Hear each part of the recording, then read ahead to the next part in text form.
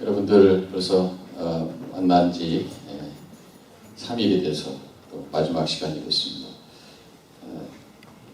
여러분들 이렇게 보면은 예수마을교회 성도님들이 굉장히 또 젊어 보이고 또 어르신들도 계십니다만은 연세에 비해서 더 젊어 계시고 제가 처음에 이렇게 들어올 때에 저녁 때 집회할 때 빨간 그 등 가지고 이렇게 하시더라고요. 그래서 여기 청년분들이 이런 것도 다 하시네 했더니 청년들이 아니시더라고요. 다시 보니까 굉장히 젊어 계시고 그렇게 하나님의 생명력 충만한 그런 믿음 생활 하시는 여러분들 축복하고 또 복된 신앙의 삶을 살아가시기를 주님의 이름으로 간절히 축원합니다. 제가 와서 지금 말씀을 고난에 대한 말씀을 드렸죠. 고난의 정의도 해보고 고난의 어떤 특징도 얘기해보고 그 고난의 어떤 자세가 어떻게 될 거냐. 믿음은 고난의 해석의 능력이다. 고난을 소화해야 된다. 고난에 대한 말씀을 드리고 그 다음에 믿음의 점검을 하면서 우리가 하나님께로부터 너무 멀리 와 있는 거 발견하지 않았느냐 결단하면서 갑시다. 그리고 어제 저녁부터는 이제 열린 그런 마음에 대한 말씀을 드리면서 제일 먼저 우리가 열어야 될 것이 하나님께 열어야 되겠다. 그렇게 하기 위해서는 내가 부족한 것과 죄성과 그 한계를 인정하면서 엎드려지는 것으로부터 출발하는 것이 아니냐. 그리고 예수님을 결국 우리가 믿어야 될 것이고 깊이 하나님 앞에 묵상하면서 조용히 주님을 바라볼 때에 주님의 음성을 들으면서 주님과 통하는 삶을 살아야 되겠다. 이렇게 말씀을 드렸어요. 사실 그 다음에 이제 단계가 하나님과 통하고 하나님과 열려진다면 성도들과 연결이 되어야 되는 거예요. 그래서 지금 그 말씀을 드렸고 일부는 그 다음 단계입니다. 제가 미리 말씀을 드렸습니다만은 더 나아가서 미래와 그리고 세상을 향해서 하나님으로부터 열기 시작해서 성도들끼리 통하고 그래서 공동체를 이루고 이것이 확장돼서 미래와 세상으로 나가는 이것이 바로 믿음의 삶이다 라는 말씀을 제가 지금 드리고 있는 것이에요. 그래서 오늘은 서로에게 열린 마음 이것을 가지고 말씀을 나누려고 하는 것입니다. 가정이 문제가 생기면은 문이 닫혀지게 돼 있어요. 애들이 부모하고 자꾸만 같이 있는 게 불편해지면 들어가서 문을 딱 잠고 자기들만 있으려고 합니다. 부부가 갈등이 오면 안방과 건너방으로 막 나눠져서 문 닫고 들어가게 돼 있어요. 어떤 집사님이 부부싸움을 좀 했는가 봐요. 영접실에서 부부싸움을 하고 화가 나가지고 소리 한번 꽉 지르고 당신이 그렇게 하면 안 되는 거야. 그러고 이제 방으로 들어가서 문을 꽝 하고 들어갔어요. 그러면 조금 있다가 부인이 여보 미안해요 나오세요. 그럴 줄 알고 기다렸는데 강간 무소식이에요. 요새 뭐 부인들이 그런 분들 얼마나 있겠어요. 그래서 내가 너무했다 갑자기 생각이 들어가지고 미안하다 그래야지. 그리고 본인이 이제 마음을 바꾸고 문을 쓱 열고 응접실을 나갔더니 부인이 소파에 앉아서 울고 계신 거예요. 그래서 아이고 내가 너무 세게 했구나. 정말 잘못했구나. 그래서 여보 미안해 하려고 봤는데 보니까 텔레비전 드라마를 보면서 하고 있었다 그런 얘기입니다. 우리가 방문이 항상 열려 있어야 행복한 가정인 줄로 믿습니다. 이 집에 현관문을 열고 들어왔어요. 이것이 하나님을 향한 여는 그 문이라고 한다면 들어와서 방문들이 활짝활짝 열려서 함께 서로 하하호호하는 그것이 행복한 가정인 것처럼 우리가 주님을 향해서 문 열고 들어왔다면 이곳에 서로 성도들 사이에 마음의 문이 열려서 서로 교제하면서 행복한 믿음의 삶을 사는 것이 하나님께서 원하시는 뜻인 줄로 믿습니다. 그래서 우리가 하나님을 진정으로 우리가 믿고 산다면 하나님을 닮아가게 돼 있어요. 마음의 문을 열고 주님과 통하는 사람은 하나님을 닮게 되어 있습니다. 여러분들 하나님 닮아가시길 주님의 이름으로 간절히 축원합니다. 근데 그러면 하나님이 어떤 분인가 알아야 될 거 아니에요. 하나님이 어떤 분이냐, 하나님의 속성에 대해서 말씀을 할 때 여러 가지 얘기할 수 있습니다만 제가 대표적으로 세 가지를 얘기합니다. 하나님은 영적인 분이다. 그래서 하나님을 닮아가는 사람은 점점 영적이 되는 것이 물질적인 것만 쫓아다니는 것이 아니라 영적인 차원이 깊어지는 영성을 깊게 하는 그런 신앙을 살게 되어 있어요.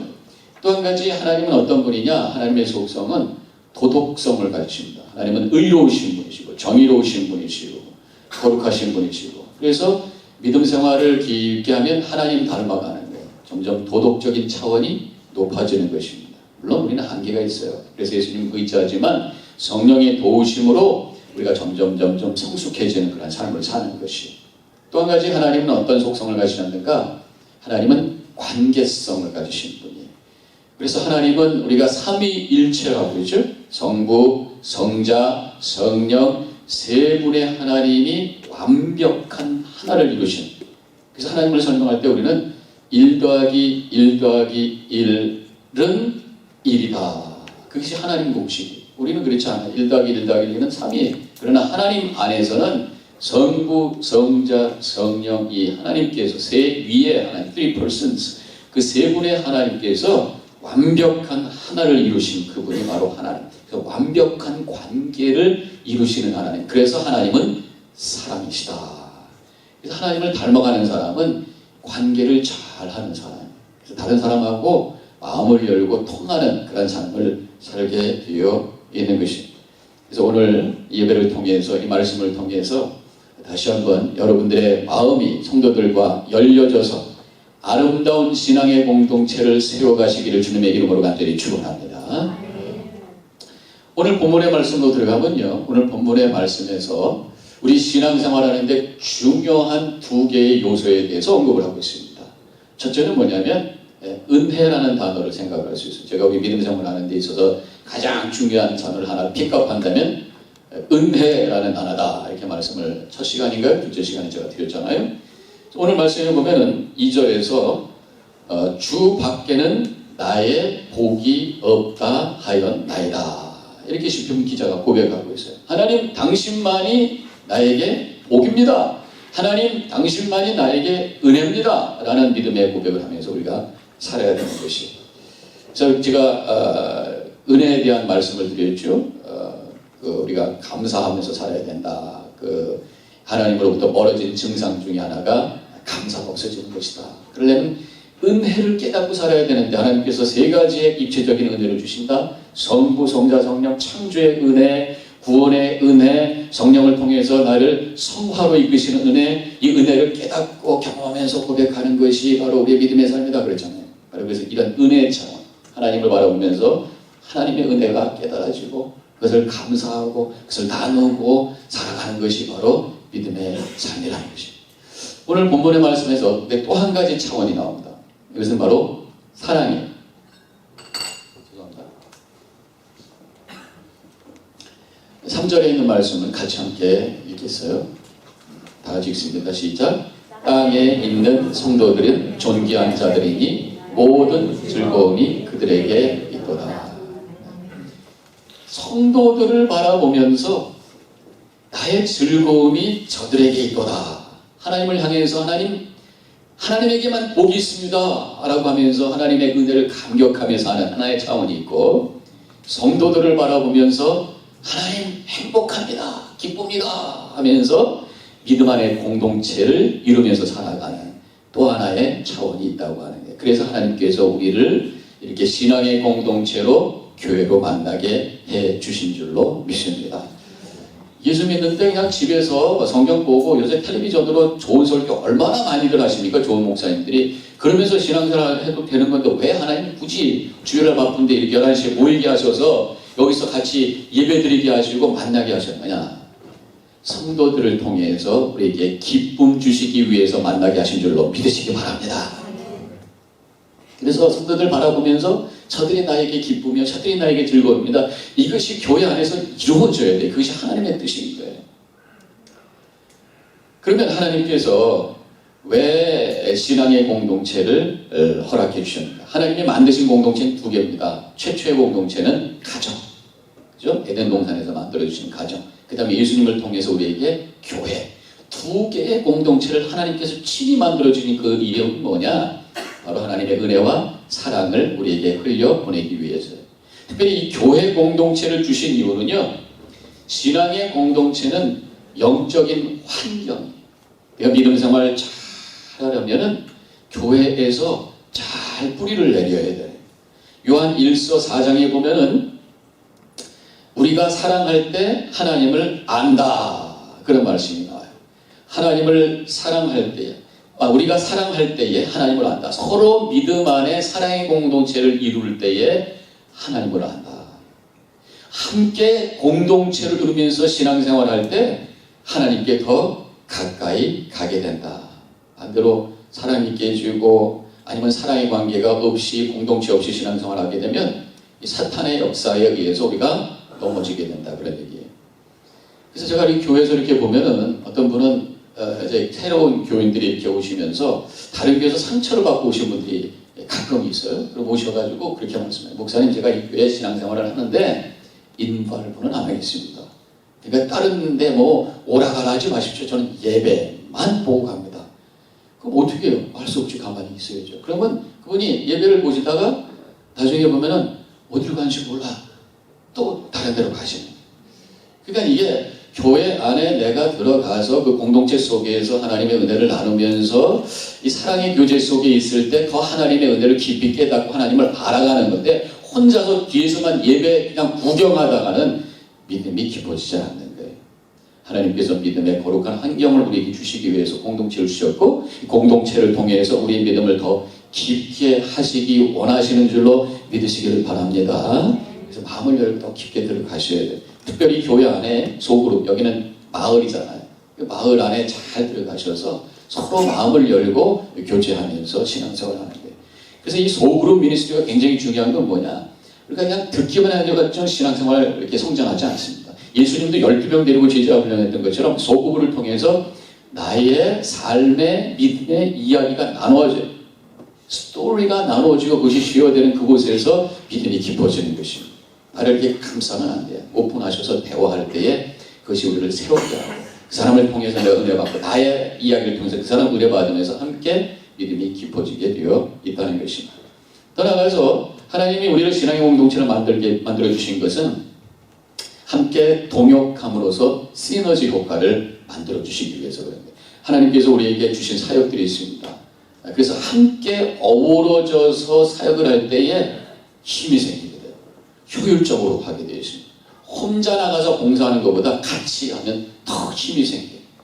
부엌에서도요, 혼자서 일하시는 것하고 한 두세 명이 같이 부엌에서 일하는 거하고 달라요. 우리 여자분들은 일만 하면은 별로 재미없어요. 하면서 뭐 해야 돼요? 이거 하셔야 돼요. 그래서 집사님, 원사님 하고 하면서 해야 돼요. 가끔은 문제가 있더라고. 제가 부엌에 가끔 가서 보면은 김치를 담그는데 이게 김 집사님 스타일로 봐야 된다. 또 이 권사님 스타일로 해. 팥집마다 그 김치 만드는 레시피가 달라가지고 자기가 해야지, 이런 쪽으로 해야지 맛있다고 막 하는데 그것만 잘 해결하면 괜찮겠다고 말이에요. 가끔은 그것 때문에 문제가 생겨요. 근데 같이 일하면은 재미있어요. 그리고 이게 혼자서 일하는 것하고 둘이서 일하는 게 2배가 좋아지는 게 아닙니다.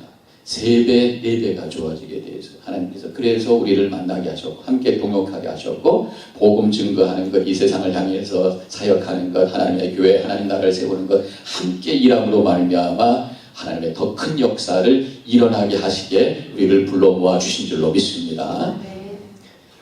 그러면 우리가 이제 함께 나눠야 될 말씀이 뭐냐면, 우리가 함께 열어야 돼. 마음의 문을 열고 아름다운 공동체를 세워가야 되는데, 어떻게 해야 될 것인가? 무엇이 필요한가? 항상 how, 어떻게 라는 게 우리가 중요하잖아요. 몇 가지 말씀을 제가 말씀을 나누기 원합니다. 첫 번째로는 서로 마음을 열고 다가가기 위해서 필요한 게 뭐냐면 판단을 내려 놓아야 된다.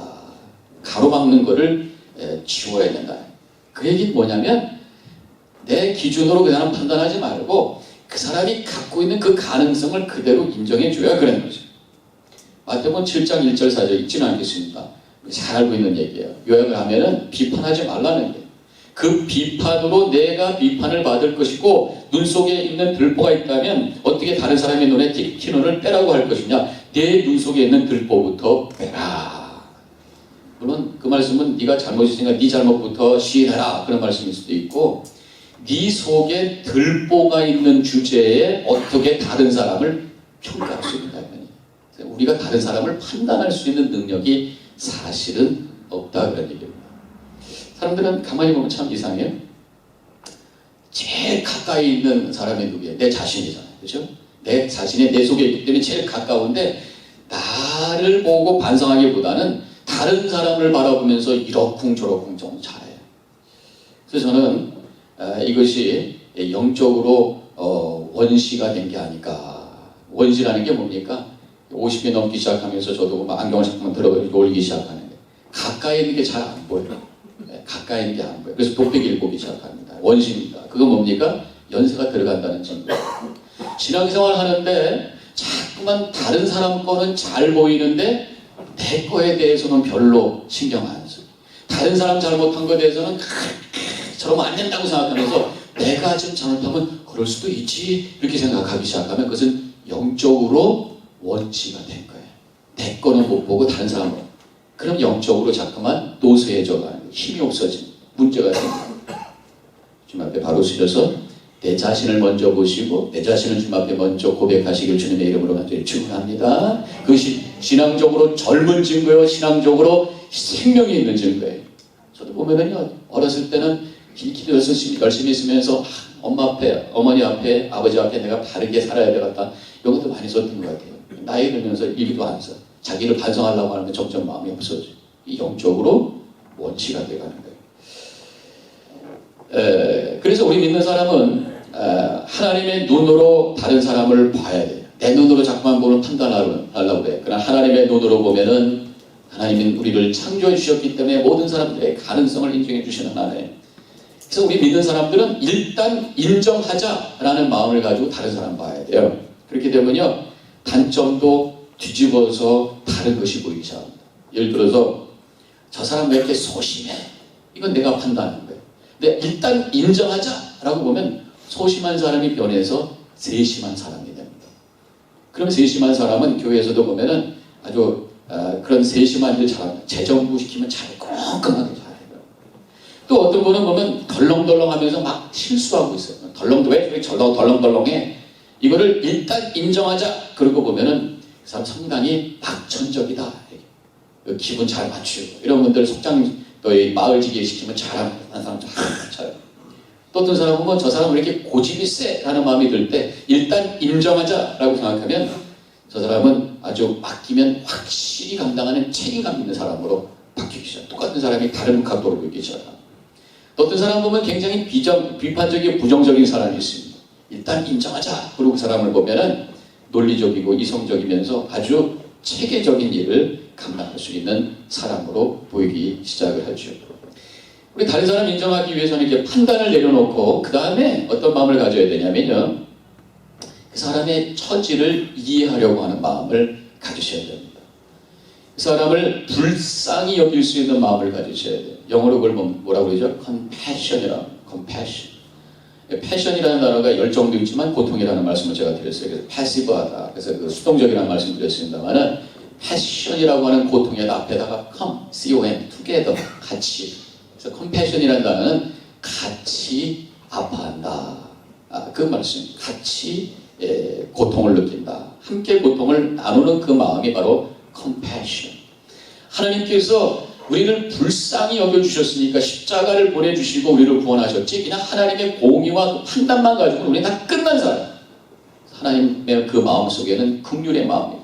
불쌍히 여기는 마음. 십자가는 하나님이 우리를 향한 긍휼의 마음이 담겨 있어서 우리가 십자가를 믿고 사는 사람들은 다른 사람을 향해 긍휼히 여길 수 있는 그런 마음을 가져야 될 줄로 믿습니다. 그래서 저는 믿는 사람들에게는 두 가지만 있어야 된다고 생각해요. 하나는 사랑하든지, 저 사람 도저히 사랑 안 돼요. 그러면 불쌍히 여기세요.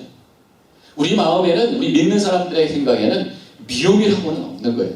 불쌍히 여기, 사랑하든지 불쌍히 여기. 사랑이 안 되면 그 사람을 위해서 기도하는, 그 불쌍히 여기는 하나님의 공의로운 마음을 가지고 그 사람을 바라볼 수 있는 눈이 열리게 될 줄로 믿습니다. 우리가 새로운 렌즈를 가져야 돼요. 원시의 눈을 가졌어요.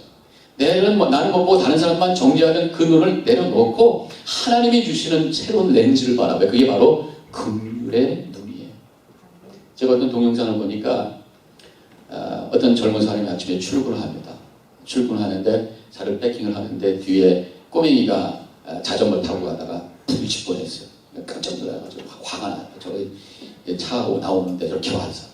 그래서 이제 출근을 합니다. 가다 이제 커피 한 잔 마셔야 되니까 스타벅스에 들렸어요. 근데 줄 서 있는데 누가 싹 새치기를 했어요. 화가 확 나서. 조금 이따 이제 가는데 출첵이 막 걸려서 늦었는데 막 화가 났어. 또 자동차 타고 가는 이제 운전하고 가는데 누가 또 끼어들고 막 또 그래서 회사에 갔는데 또 어떤 사람이 바더를 하고 하루 종일 기분이 나빠서 왜 저 사람은 저렇게 하고 이 사람이 막 하루간 막 불쾌한 거예요. 그런데 갑자기 어떤 사람이 와가지고 안경을 탁 주고 합니다. 근데 이게 이제 어떤 그 크리스천 어떤 그런 영화인데 천사가 나타나가지고 안경을 준 거예요. 안경을 갖고 다니다가 이게 도대체 무슨 안경이야? 그러면서 안경을 탁 씁니다. 그리고 이제 퇴근을 하는데 이제부터 보이는 사람들이 자꾸만 그 사람들이 갖고 있는 여러 가지 고난과 아픔의 문제가 보이기 시작하는 거예요. 그래서 자동차를 운전하고 가는데 옆에서 누가 잠깐 빵빵거리면서 막 이렇게 끼어드는 사람 보니까 저 사람이 애 때문에 막 스트레스 받는 그 아버지의 모습이 보입니다. 그러면서 또 직원들 보니까 저 사람은 뭐 이것 때문에 고생하는 사람, 또 지나가는 어떤 사람 보니까 그 사람은 어떤 에딕션, 중독증 때문에 그거 해결하려고 막 힘들어하는 사람. 그리고 집에 왔는데 아까 자전거 타고 가던 그 어린아이를 보게 되는데 그 어린아이를 보니까 케어가 필요한 불쌍한 아이. 그러니까 그 안경을 끄니까 모든 사람들이 인생의 여러 가지 문제를 가지고 씨름하면서 아파하는 그 모습이 보이면서 불쌍한 마음을 갖게 되고, 그래서 그 어린아이한테 다가가서 Hey buddy, how are you? 하면서 끌어안는 거로 이제 그 영화가 끝납니다.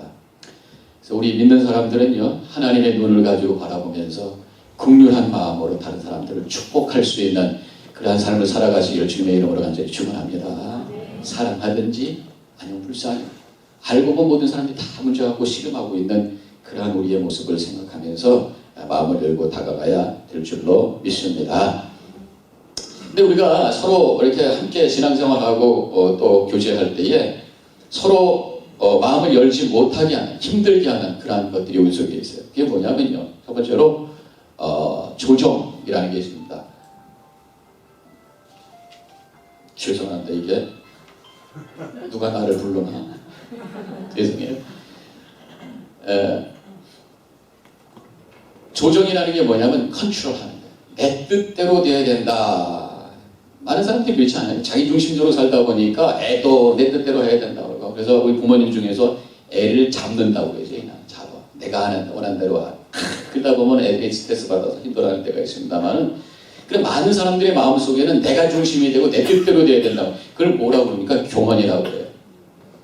나도 알지 못하는 사이에 세상의 중심이 되고 우주의 중심이 되고 내가 하나님의 자리에 쓰려고 하는, 이게 교만이라고 그래요. 사람들이 알지 못하는 사이에 내가 하나님처럼 살려고 하는, 어떤 사람은 정말로 자기 이름을 가시라고, 지옥이라고 그렇게 이름을 정했던 사람이 있어요. 그래서 그걸 가지고 신청을 하니까 디나이가 돼서 어떻게 네가 가시라고 그냥 이름 다시 만들어 갖고 오세요. 그렇게 했더니만 이름을 이 사람이 다시 줬어요. 뭐라고 줬냐면 I am who I am. 성경에 보면 스스로 있는 자다. 하나님이 그 말씀 하셨잖아요. God 리젝되니까 하나님이 하셨던 그 말씀을 갖고 이름을 만들었다는 얘기가 있어요. 그 스페니시 이름 중에서 헤수스 많죠. 지저스. 예수님을. 언젠가 제가 텔레비전을 보는데 정말로 텔레비전에서 Jesus died yesterday 그러더라고. 예수님이 2000년 전에 돌아가셨는데 어떻게 어저께 돌아가셨지 했더니 크리스마스 때 태어났다고 이름을 지저스를 줬는데 걔가 불이 나갖고 어저께 돌아가셨다 그럽니다.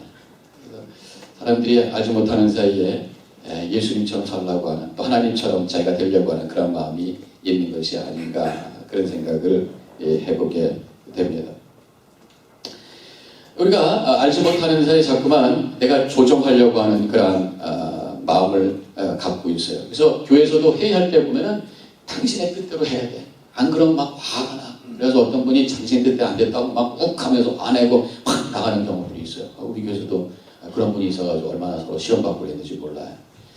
내 뜻대로 안 될 수도 있다고 하는 그 겸손한 마음이 우리에게 필요한데 자꾸만 조정하려고 하는 그런 마음이 있어서 문제가 생기는 것을 보게 됩니다. 성도님들하고 대화하는 과정 속에서도 보면은 여러분들이 목사님하고 대화할 때 제가 목회자로서 그런 경험이 있어서 말씀을 드리지만, 내 뜻대로 목사님 하셔야 된다는 것을 은연중에 표현하면 참 목사로서 힘들더라고요.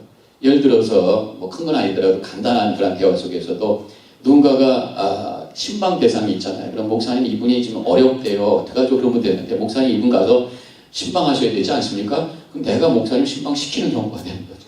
그러니까 노하거나 예스가 노하기 어려운 그런 얘기할 참 어려운 그런 상황이 되는 그냥 쉬어가면 되는 거죠. 예를 들어서 예를 하나 든 거지만 그런 것들이 있습니다. 그래서 이 헨리 나우엔이라고 하는 분이 인간관계에 대해서 중요한 원리를 하나 얘기를 했는데 이렇게 얘기합니다. 인간과 인간 사이에는 서로 춤출 수 있는 공간을 만드세요. 너무 때가 꽉 잡지 말고 좀 어느 정도 공간을 줘서 그분이 자기가 표현할 수 있는 걸 다 표현할 수 있도록 허락해 주라 그러냐. 그 자기 모습을 드러낼 수 있도록 허락해 주라 그래요. 너무 둘러붙어가지고 나중에는 서로 묶여가지고 그것 때문에 상처 주고 상처받는 그런 일이 있어서는 안 된다. 그래서 목회자와 성도들 사이에 그 거리, 그래서 그거를 영어로 professional distance라고 하더라고요. 성도들과 성도들 사이에 건강한 거리. 그래서 제가 언니 동생 그런 것보다는 집사님, 권사님이 이게 좋다는 얘기가 바로 거기서 나온 얘기예요. 너무 가깝게 있다 보니까 나중에는 너무 또 나중에 이 모든 것들이 드러나게 되면 자기의 부족한 것들 이런 것들이 드러나게 되면서 또 시험받고 어려워지는 것도 있는 것을 보게 됩니다. 그 다음에 다른 사람 정죄하는가 아까도 말씀드렸지만 자꾸만 틀린 것을 지적하는가 그러다가 문제가 생기고 그 다음에 또 한 가지는 비교하는 거. 이 사람하고 저 사람하고 비교하는 거예요. 그래서 비교의식이라는 게 참 우리를 힘들게 합니다. 집에 이제 페인트 칠한단 말이죠. 이 페인트 이쪽 벽은 깨끗한 것 같아. 이쪽 벽에 애들이 너무 그냥 막 때를 묻혀서 더러워서 여기만 페인트 한다고 페인트를 싹 해놓으면 분명히 그전에는 깨끗했는데 이게 깨끗하게 한 다음에 금방 더러워지는 것 같아. 결국 다 하게 되는 것처럼 비교의식이 그 사람 멀쩡했던 사람이 비교를 다른 사람하고 하게 되면 갑자기 이상한 사람이 되는 것처럼 힘들게 되는 관계가 어려워지는 것을 보게 됩니다. 또 한 가지는 이 투사라는 게 있어요. 이건 나도 알지 못하는 사이에 여기서 상처받고 여기서 스트레스 받은 거를 이쪽에다 쏟아놓는 그런 경우도 있습니다.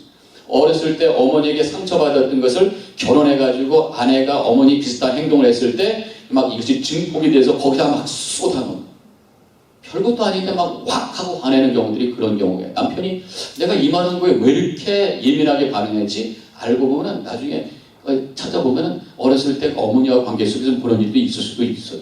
그게 투사라고 합니다. 제가 시골에서 목회할 때 한국에서 열밀이라고 하는 그 군장 쪽에서 일을 했었는데 지난번에 말씀드렸던 것처럼 수양관에서 작은 교회에서 목회를 했습니다. 그 수양관에 권사님이 계셨습니다. 권사님 부부가 계셨어요.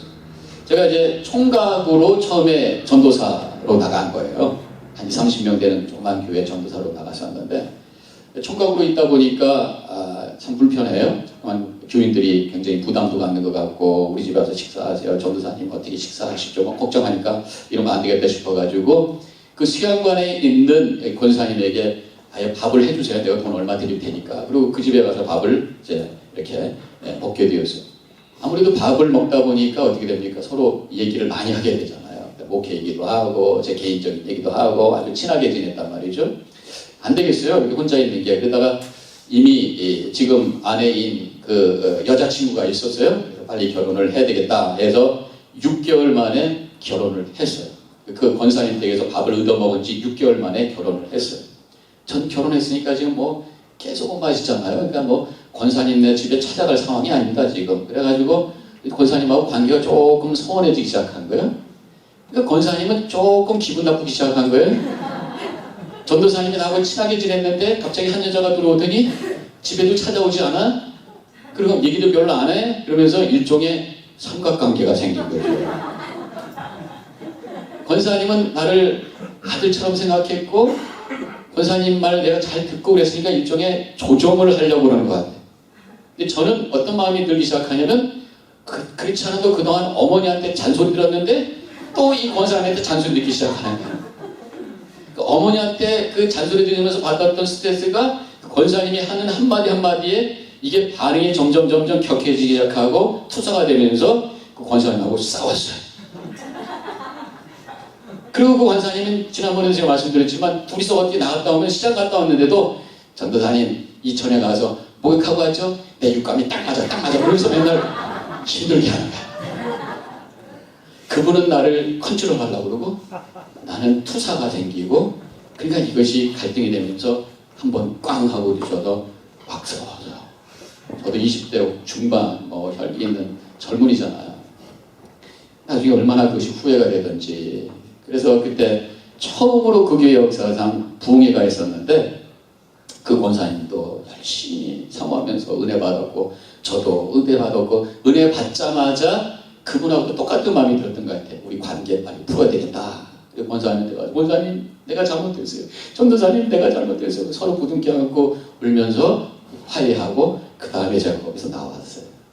해피엔딩으로 끝났습니다만은 우리 마음속에 알지 못하는 사이에 조정하려고 그러고 알지 못하는 사이에 어떤 것에 대한 그런 예민한 반응으로 서로 갈등하는 그 모습이 우리가 있다고 하는 것을 아시고 우리 자신을 좀 되돌아봐야 될 줄로 믿습니다. 결국은 우리의 관계를 잘 만드는 건 뭐냐? 바로 말이에요. 성경에도 말에 대한 말씀이 얼마나 많이 나와요. 그래서 말을 잘 해야 되는데 상처 주지 않는 말을 해야 돼요. 성숙한 말이 필요해요. 그 사람 입장에서 내 말이 어떨까 한번 생각하면서 얘기를 해야 되는데 그냥 느끼는 대로 해요. 그냥 느끼는 대로 해요. 생각은 할 수 있어도 입으로 나오는 것에 대해서 책임을 지셔야 돼요. 근데 생각하는 걸 그대로 얘기해가지고 그 말이 상처 줄 때가 얼마나 많은지 모르겠어요. 성경에서는 그 해서는 안 되는 말에 대해서 구체적으로 여러 가지 말씀을 하고 있습니다. 넘버원 뭐냐? 무시하는 말을 하지 말자. 사무엘상 2장 3절에 있는 말씀 같이 함께 읽겠습니다. 시작. 심히 교만한 말을 다시 하지 말 것이며 오만한 말을 너희 입에서 내지 말지어다. 교만하고 오만한 말 뭐예요? 다른 사람 무시하는 말 하지 말라. 너 그거밖에 안 돼? 형편없네. 그거 제가 어느 교회에서 목회할 때 피크닉을 갔다 왔어요. 회의하는데 어떤 장로님이 그 준비한 젊은 집사한테 이거밖에 안 했어. 그러면서 한마디 확 하니까 그 집사님 화가 나가지고 문 열어. 그래서 얼마나 또 힘들었는지 몰라요. 좀 격려해주고 그래야 되는데 이렇게 무시하는 말, 그것이 상처가 돼요. 제가 한국에 있을 때에 중학교 때 같아요. 어렸을 때인데 어떤 권사님의 말에 상처받은 게 지금 40년 됐는데도 기억나는 게 하나 있어요. 뭐냐면 저희 집에 제가 사랑하는 강아지 한 마리가 있었어요. 너무너무 사랑하는 강아지였어요. 그걸 끌고 교회가 이제 바로 붙어 있어서 교회 마당으로 산책을 시키러 나갔어요. 근데 권사님 몇 분이 이제 예배 끝나고 가다가 한 권사님이 내가 사랑하는 그 강아지를 바라보면서 하신 말씀이 똥개네 이런 거예요. 그 말에 내가 가슴이 아파요. 어떻게 똥개라고 할 수 있어요? 근데 그 권사님이 내가 사는 뉴저지 바로 위에 뉴욕으로 이민 오신 거 있죠? 그 권사님 볼 때마다 똥개네. 똥개라는 말이 머리에서는 있어도 입으로 할 때는 조심하셔야 되는 거예요. 또 과격한 말, 잠언서 15장 1절에 이런 말씀이 나옵니다. 다 같이 읽습니다. 시작. 유순한 대답은 분노를 쉬게 하여도 과격한 말은 노를 격동하느니라. 과격한 말. 한국 사람들 욱하는 말, 이거 정말 조심해야 된다. 감정은 감정을 만들게 되어 있어요. 그래서 교회할 때, 우리 회의할 때 절대로 감정을 부려서는 안 된다. 감정 컨트롤을 잘해야 된다. 한국 분들이 그 감정을 릴리즈한다고 해서 잘 푸는 방법을 잘 모르는 것 같아요. 셀프케어, 자기 관리를 잘 못해서 어떤 문제가 탁 생기면은 그냥 반응을 욱하게 해가지고 상대방에게 힘들게 하고 그러면서 문제가 생기는 것을 보게 됩니다. 저는 관계는 메아리라고 생각합니다. 부드럽게 가면 부드럽게 와게 돼 있어요. 근데 격하게 가면 격하게 돼 있어요. 그래서 여러분들 생각에 내 주변에 좋은 사람들이 많다 생각하는 분은 본인이 좋은 사람이 돼서 그런 거예요. 근데 어떤 분은 내 주변엔 왜 이런 사람이 있고 저 사람 저렇게 틀렸고 이 사람 이래서 틀렸고 막 얘기하잖아요. 당신 스스로 당신이 어떤가 한번 생각해 보셔요. 관계는 상대적이, 관계는 메아리, 내가 어떻게 했느냐에 따라서 돌아오게 되어 있다고 하는 것이. 세 번째로 비방하는 말을 해서는 안 된다. 야고보서 4장 11절에 있는 말씀 다 같이 함께 읽습니다. 형제들이 기차에 비방하지 말라. 다른 사람 흉보고 비방하고 부정적으로 했던 말 상대방의 귀에 들리면 상처받게 되십니다. 그래서 우리가 다른 사람에 대해서 이야기할 때 꼭 명심해야 될 게 뭐냐, 이 말을 그 사람이 들어도 괜찮을 만한 하죠. 지금 그 사람이 없다고 말 함부로 하지 마세요. 그 말이 들어가게 되어 있습니다. 그래서 어떤 말을 할 때 이 말이 그 사람의 귀에 들어가도 괜찮을 것 같다라는 정도 수준에서 그 사람에 대해서 얘기하시란 말이에요. 그 다음에 네 번째로는 잘못 전하는 말이 있습니다. 사실 교회에서 제일 큰 문제가 이거라고 생각이 들어요. 여기서 얘기를 하잖아요. 그러면 이 말이 이쪽으로 가잖아요. 이것이 둔갑이 돼가지고 이상한 말이에요. 복음을 전하라고 그랬지 왜 남의 말 전하라고 그랬어요. 복음 전하라고 했는데 복음 전하지 않고 남의 말 전하면서 그 말이 교회에서 큰 문제가 과장하기도 하고 왜곡하기도 하고 그래가지고 문제가 되고 상처받고 상자 대면해야 돼 그러면서 먼저 가지고 큰 문제 가지고 막 씨름하고 이게 교회 안에서 생기는 비일비재한 그런 얘기들 아닙니까? 복음만 전하시기를 주님의 이름으로 간절히 축원합니다. 그래서요 우리가 어떤 말을 전할 때 세 개의 문을 꼭 통과하세요. 이 성막도 보면은 성막 밖에서 지성소까지 들어가는데 세 개의 문이 있었습니다. 뜰로 들어가는 문이 있었고 성소로 들어가는 문이 있었고 지성소로 들어가는 문이 있어요. 세 개의 문을 통과했을 때 하나님이 쓰시는 그런 거룩한 말이 될 줄로 믿습니다. 그럼 세 개의 문이 뭐냐? 넘버 원, 꼭 기억하세요. 사실만 말하세요. 사실만 사실. 내가 지금 전하라고 하는 말이 사실인가 아닌가를 기억하세요. 남에게 들은 말 하지 마시라 그래요. 내가 보고 내가 분명히 확인한 거 아니면은 말하지 마세요. 그냥 둥둥 떠다니는 소문 가지고 마치 사실처럼 얘기해가지고 그 문제가 너무너무 교회 안에서 힘들어지는 것을 보고요. 또 우리 교회에서도 작년 말에 뭐 그런 여러 가지 사실도 아닌 얘기들이 사실처럼 막 과장이 돼가지고 얼마나 힘들었는지 몰라요. 사실이 아니면 그냥 아니면 사실인가 확인은 당사할 때 가서 하든지. 넘버원 사실인가. 그 다음에 두 번째는 뭔가 사실임에도 불구하고 필요한가. 사실이라도 필요 없으면 입 다무세요. 사실이니까 내가 본대로 얘기했어. 근데 그것 때문에 교회가 시험 들고 관계가 깨진다면 왜 말해요? 그냥 꿀꺽 삼키셔요. 그냥 소화하세요. 필요 없는 얘기는 말하지 마세요. 이게 교회 덕을 세우고 관계 덕을 세우고 서로 행복하게 하고 기쁨이 될 수 있는 말이 되야지 그 말이 가서 상처가 되고 관계가 깨지고 문제가 생긴다면 왜 말해요?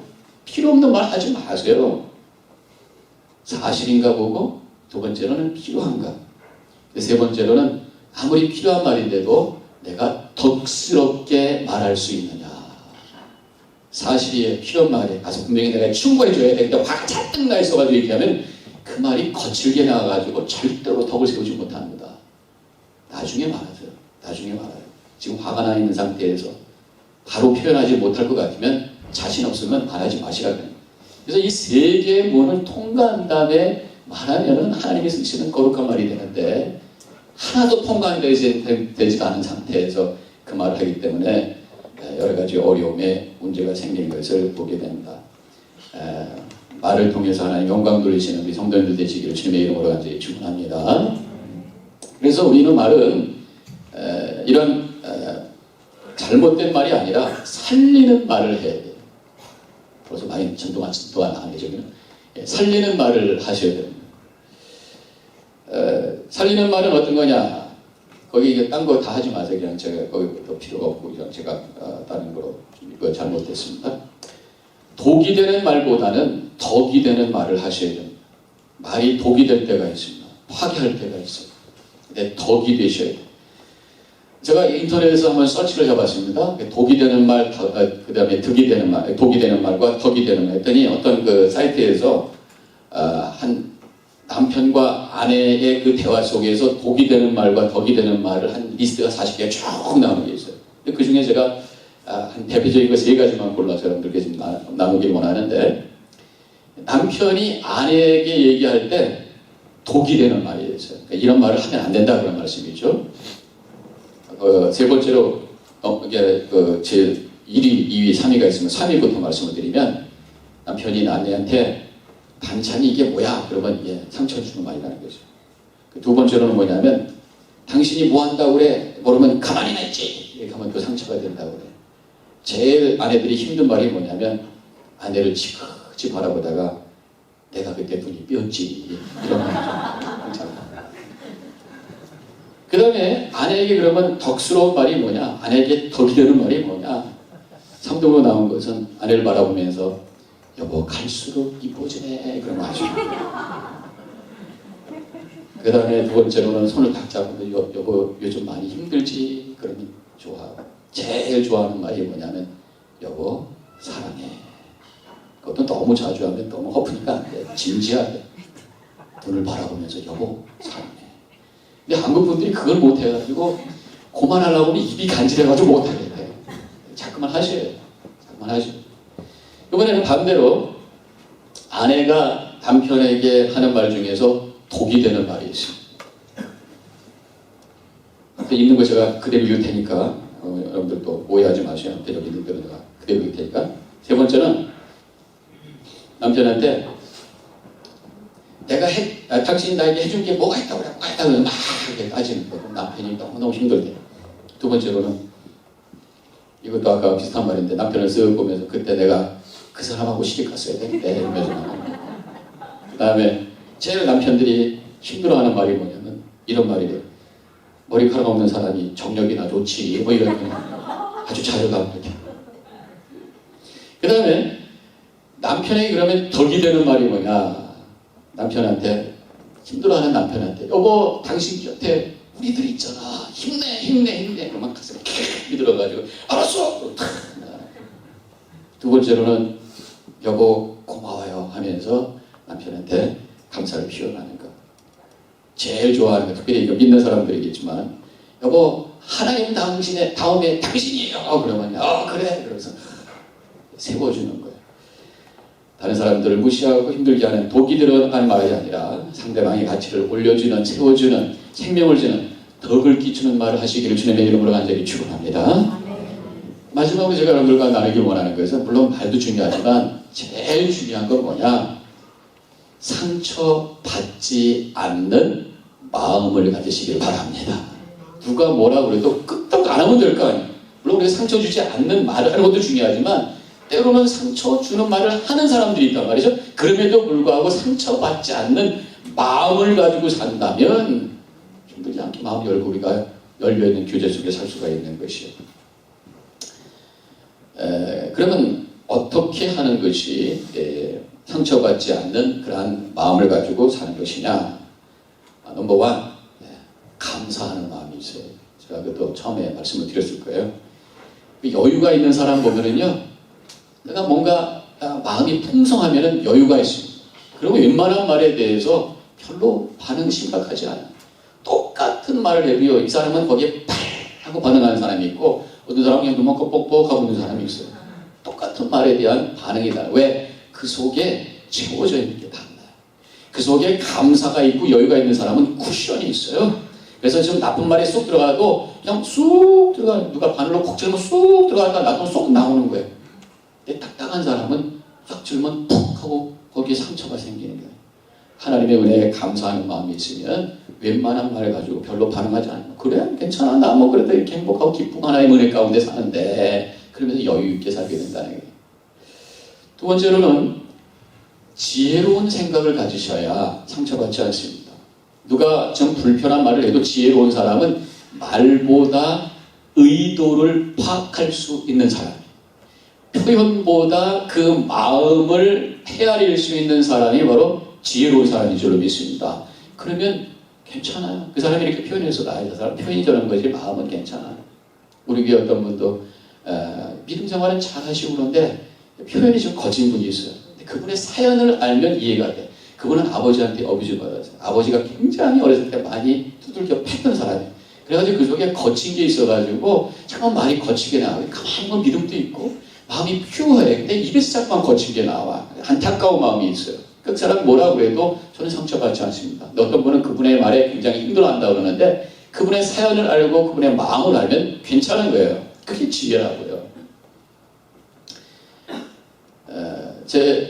먼저 있던 교회에서 어떤 분이 제 말에 상처를 받았다고 막 이렇게 힘들어하는 분이 있어가지고 그 나중에 이제 그걸 또 수습하느라고 힘들었는데, 뭐냐면 이제 그 집에 갔어요.